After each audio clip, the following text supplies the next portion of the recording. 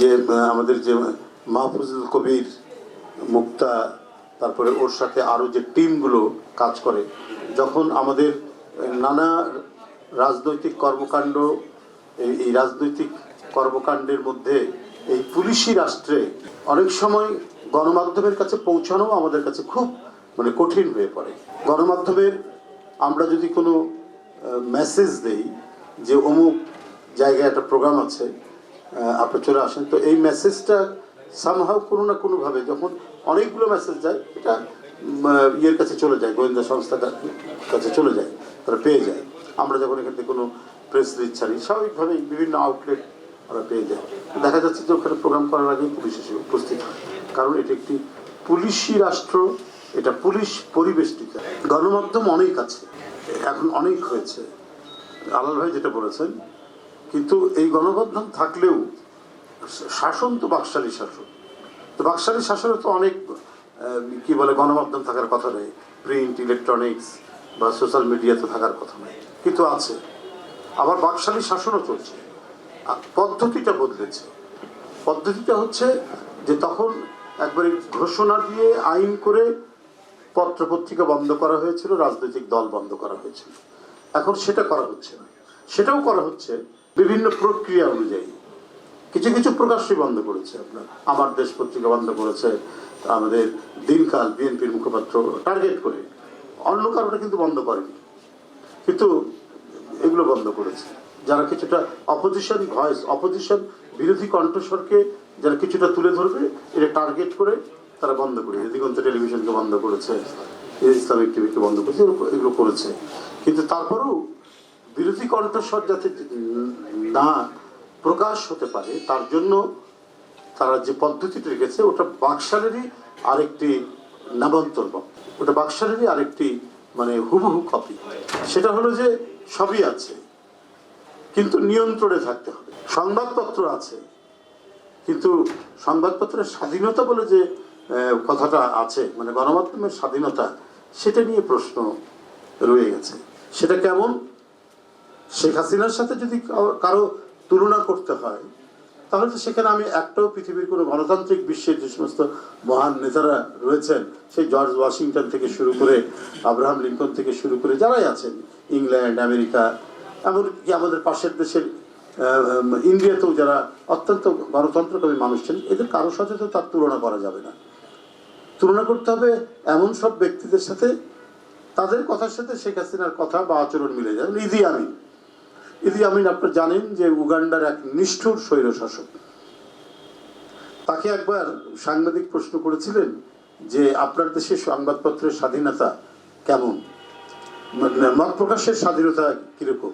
বলছে হ্যাঁ, মত প্রকাশের স্বাধীনতা আছে, তবে মত প্রকাশ করার পর যে ব্যক্তি মত প্রকাশ করেছেন, সেই মত প্রকাশ করার পর তার স্বাধীনতার কি পরিণতি হবে, এটার গ্যারান্টি আমি দিতে পারবো না।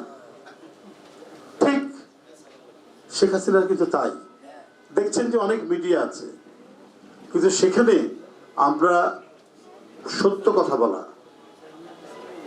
ন্যায়সঙ্গত কথা বলা, শেখ হাসিনা এবং তার আশেপাশের লোকদের দুর্নীতি এবং দুর্বিনীত আচরণ, রাষ্ট্রীয় অর্থের লুট, হরিলুট, এবং তাতে কারা কারা জড়িত, আপনি যদি কোনো কথা এই বিষয়ে কথা বলেন, তাহলে আপনার পরিণতি খুব খারাপ আছে। হয়তো কোনো মন্ত্রীর বললেও কিছু করবে না, কিন্তু আপনি জানেন যে প্রধানমন্ত্রীর ঘনিষ্ঠজনরা এর মধ্যে ইনভলভ আছে, অন্তর্ভুক্ত আছে। আপনি বলতে গেলেই এর পরের দিন থেকে হয় নিরুদ্দেশ, না হলে আপনি বিচার বহির্ভূত হত্যার শিকার, তা না হলে অনেক অনেক দিনের জন্য আপনি কারাগারে থাকবেন।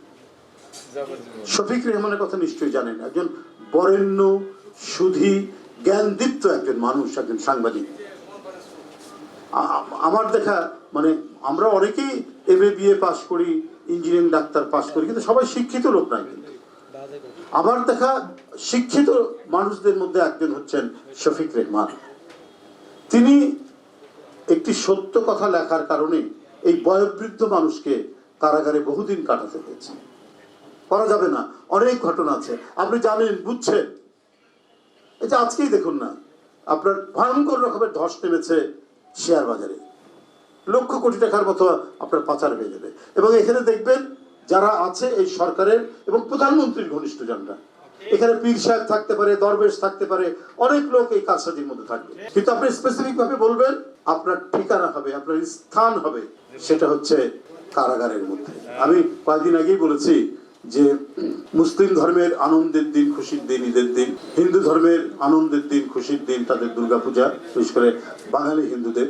আর শেখ হাসিনার একটা খুশির দিন হয়, সেটা হচ্ছে তিনি যদি সংবাদপত্রে বা কোনোভাবে দেখেন যে বিএনপির হাজার হাজার লোক কারাগারে বন্দী, এইটা হচ্ছে শেখ হাসিনার জন্য অত্যন্ত আনন্দের দিন, অত্যন্ত খুশির দিন। তো এই যে পরিস্থিতি, এই পরিস্থিতির মধ্যে দিয়ে আমাদেরকে দিন যাপন করতে হচ্ছে। কি হচ্ছে না দেশের মধ্যে? আপনি যদি এই যে একটা কাহিনী, একজন সাবেক পুলিশ কর্মকর্তা, কি তার অহংকার, কি তার দাপট, কি তার কথা, যে কেউ যদি মানে আন্দোলন করে, অপোজিশনের আন্দোলনের বিষয়টা হচ্ছে, তার হুমকি হচ্ছে যে পকেটে আপনি গুলি রেখেছেন কিসের জন্য, বন্দুক কেন দেওয়া হয়েছে, যে মিছিলের আওয়াজ পাওয়া যায়, স্লোগানের আওয়াজ পাওয়া যায়, আপনাকে বন্দুকের গুলি দেওয়া হয়েছে পকেটে রাখার জন্য, ব্যবহার করার জন্য। আমরা কি দেখতে পাচ্ছি? এগুলো প্যাট্রোনাইজ করা হয়েছে, এগুলো রাষ্ট্রের একবার কেন্দ্রবিন্দু থেকে এগুলোকে প্যাট্রোনাইজ করা হয়েছে, পৃষ্ঠপোষকতা দান করা হয়েছে, যে তোমরা করো, যা ইচ্ছা তাই করো, তোমাদের পিছনে আমি আছি, তোমাদের কিচ্ছু হবে না। এবং তারা তাই করেছে, তারা সেই ধরনের শেল্টার পেয়েছে, সবকিছু পেয়েছে। এখন মনে হচ্ছে যে এই স্বর্গের মধ্যেই, তাদের এই আওয়ামী স্বর্গের মধ্যে কোথাও যেন, কোনো জায়গায় যেন একটা কোথাও চির ধরেছে। হঠাৎ এই স্বর্গ থেকে বিদায় হলেন কেন? রবীন্দ্রনাথের একটা কবিতা আছে, স্বর্গ হতে বিদায়। সেই স্বর্গ থেকে বিদায় হলেন কেন সেই সাবেক পুলিশ কর্মকর্তা? এবং যে সমস্ত পত্রিকাগুলো তার বিভিন্ন বয়ান ছাপাচ্ছে, তার বিভিন্ন ঘটনা ছাপাচ্ছেন, তার সম্পদের বিভিন্ন কাহিনী শোনাচ্ছে, আমাদের কাছে তো বিস্ময়কর বটেই, কিন্তু যারা করছেন তারা সরকার ঘনিষ্ঠ পত্রিকায়। কিন্তু একটা দেশকে রাজনৈতিক স্বাধীনতা হরণ করতে হলে তার সাংস্কৃতিক স্বাধীনতাকে হরণ করতে হবে, তার সংস্কৃতিকে ধ্বংস করে দিতে হবে।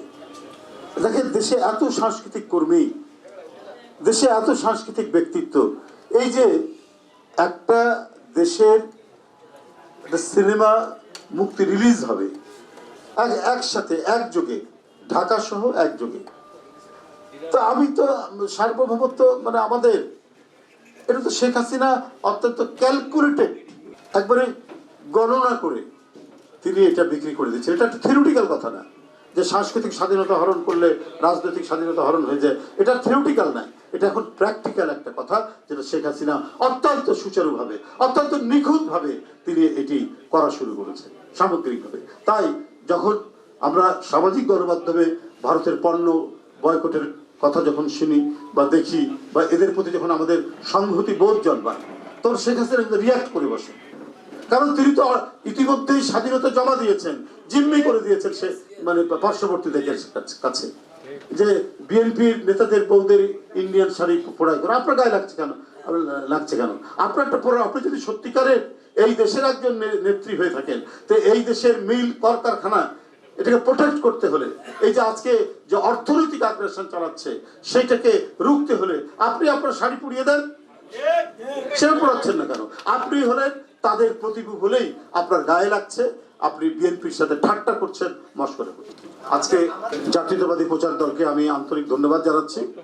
তারা যে উদ্যোগ নিয়েছেন এই সংকোচনের যুগে, এই মত প্রকাশের স্বাধীনতা এবং গণমাধ্যমের যে চূড়ান্ত সংকোচন করছেন, এটাকে যে সমাধিস্থ করছেন, তার মধ্যেও এটাকে কিছুটা সম্প্রসারণের প্রচেষ্টা, নিজের উদ্যোগে, ব্যক্তির উদ্যোগে অথবা কয়েকজন সমমনা গোষ্ঠীর উদ্যোগে তারা যে উদ্যোগটি নিয়েছেন, এর প্রতি আমি আমার আন্তরিক সমর্থন জানিয়ে আমার বক্তব্য শেষ করছি।